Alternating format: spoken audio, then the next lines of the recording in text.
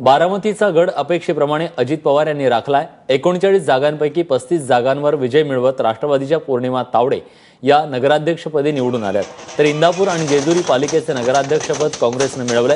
तळेगाव, लोणावळा आणि आळंदी पालिकेच्या नगराध्यक्षपदी भाजपचे उमेदवार निवडून आलेत। तसंच आळंदीत एकूण 18 जागांपैकी 11 जागा जिंकत भाजपने आळंदीवर आपली सत्ता काबीज केली आहे। तिकडे दौंडमध्ये 24 पैकी 15 जागा राष्ट्रवादीने जिंकल्यात। मात्र दौंडच्या नगराध्यक्षपदी नागरिक हित आघाडीच्या शीतल कटारिया विजयी झालेले आहेत, तर सासवडमध्ये शिवसेनेच्या विजय शिवतारेंना धक्का बसलाय।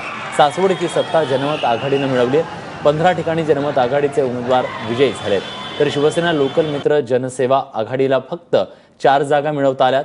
आज पुण्यातल्या 10 तर लातूर जिल्ह्यातल्या 4 अशा एकूण 14 पालिकांचा निकाल लागतोय।